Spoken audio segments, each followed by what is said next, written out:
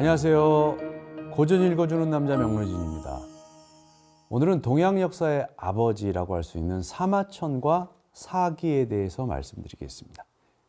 사마천은 기원전 145년에 태어나서 기원전 86년에 세상을 떠났다고 하죠. 사마천이 5살 때 한나라의 한무제가 16의 나이로 즉위를 하는데 이때부터 두 사람 사이에 애증의 역사가 시작이 됩니다. 사마천은 청년 시절에 유명한 학자인 동중서, 공안국 이런 사람들한테 배웠다고 그래요. 그리고 20살 때는 부친의 권유에 따라서 천하를 돌면서 현장 학습을 했습니다. 사마천이 36살 때 아버지 사마담이 사망을 해요. 그가 죽을 때 이런 유언을 남깁니다. 아들아, 나는 중국의 역사를 책으로 쓰고 싶었다. 그러나 이루지 못했다. 내 필생의 소원을 네가 이루도록 해라. 이 한마디가 사마천의 발목을 잡습니다. 왜 부모는 자기가 못한 일을 자식들한테 시킬까요? 제발 좀 그러지 마십시오.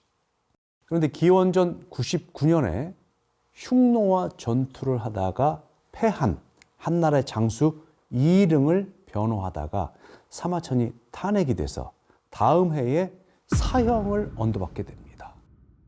기원전 97년에 사마천은 궁형을 자처해서 비굴하게 죽음을 면하죠.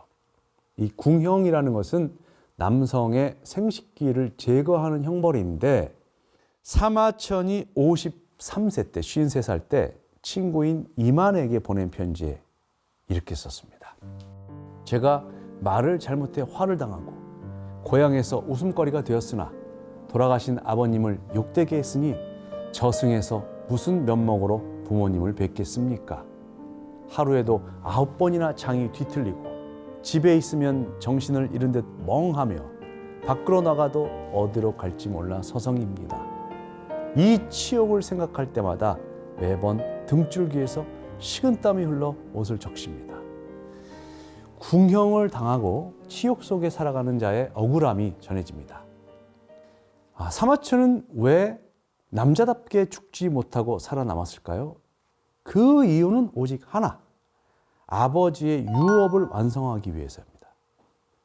그 이듬해에 한무제의 변덕으로 사마천은 사면이 됩니다.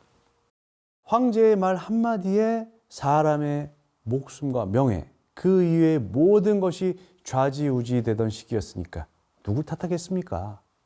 사마천은 사기를 완성하고 기원전 86년에 사망을 합니다. 자, 그럼 사기는 어떤 책일까요?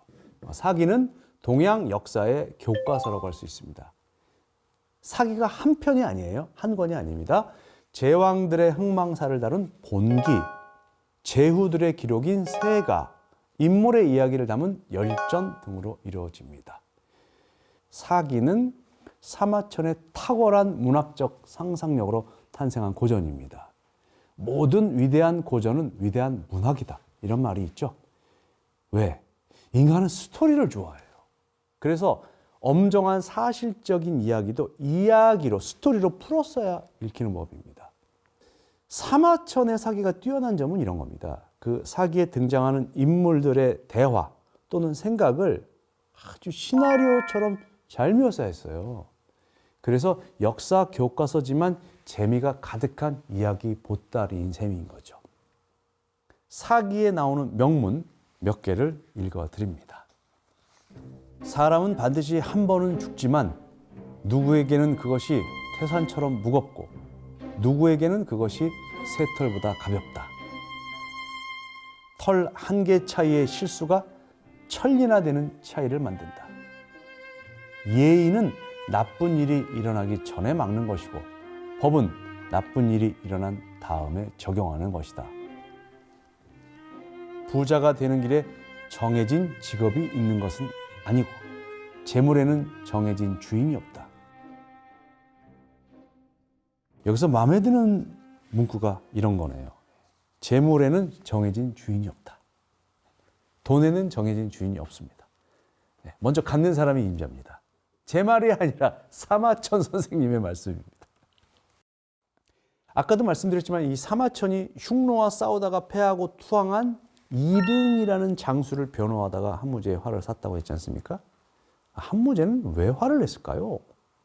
당시 한나라의 대흉노 토벌군 총사령관은 이광리였습니다.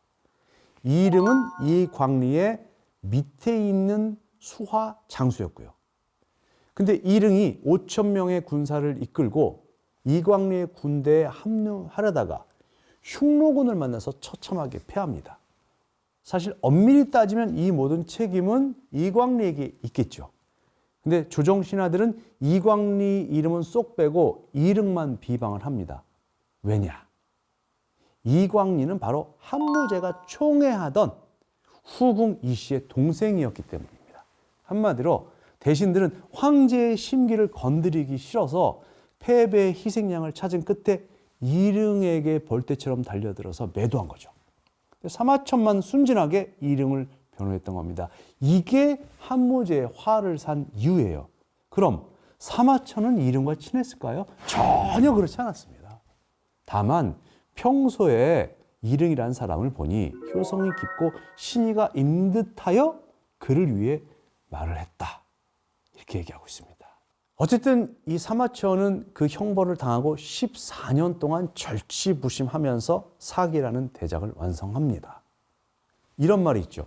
붓은 칼보다 강하다. 과연 그럴까요? 한무제의 업적보다 사마천의 책 한 권이 역사적으로 더 높은 평가를 받고 있습니다. 사실. 실제로 사마천은 붓으로 한무제를 죽입니다. 왜? 사마천은 금상봉기라고 해서 자기 당대의 황제인 한무제에 대해서도 기록을 합니다. 뭐라고 기록할까요? 이렇게 기록합니다. 주상은 무당이 하는 말을 받아 적게 했다.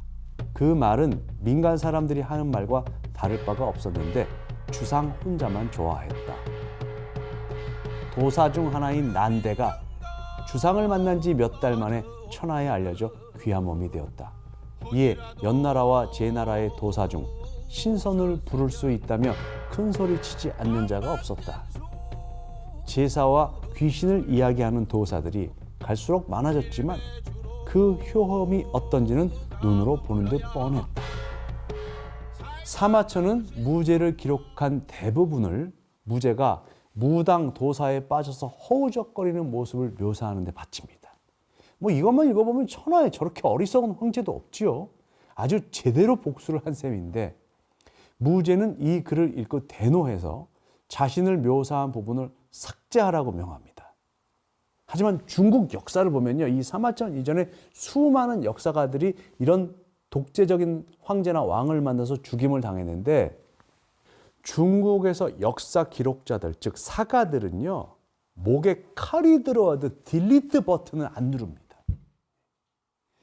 붓으로 너를 크게 혼내주마. 이게 사마천을 비롯한 사서 담당자들의 자존심이에요. 한무제는 중국의 수많은 제왕들 중에 한 사람일 뿐이지만 사마천은 전무후무한 역사가입니다. 그리고 한무제는 원래 성격에 문제가 많아요. 의심이 많아요, 사람이. 그리고 편집증이 있어. 그래서 자기 친아들도 의심하다가 죽입니다. 뭐 이런 기행이 있어요. 하지만 사마천은 그래, 네 맘대로 해라. 나는 쓴다. 묵묵히 글을 쓰면서 억울함을 사깁니다.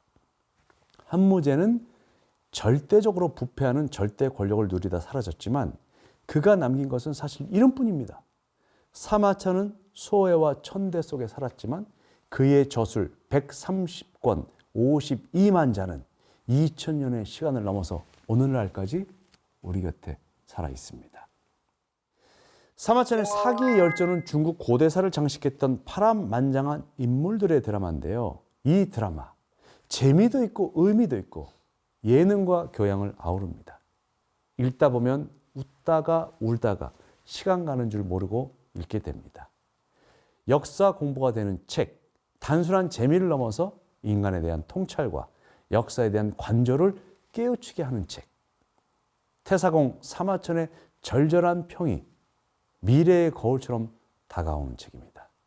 단순한 역사서가 아니라 작가의 상상력이 넘치는 탁월한 문학서.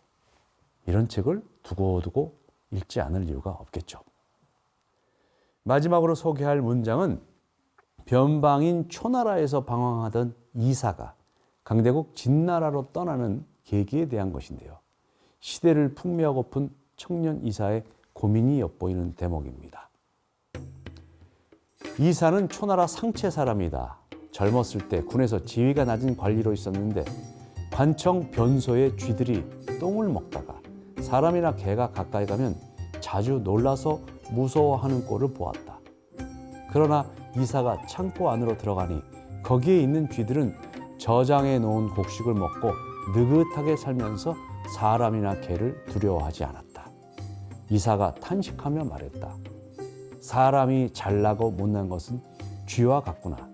자신이 처해 있는 환경에 달렸을 뿐이다. 그는 초나라 왕은 섬길 만한 인물이 못됨을 알고 강대국 진나라로 갔다. 사람은 타고난 성품과 노력해서 얻는 실력도 중요하지만 어디에 속하는가도 그에 못지않게 중요하다. 그런 생각을 해봅니다. 지금까지 고전 읽어주는 남자 명로진이었습니다.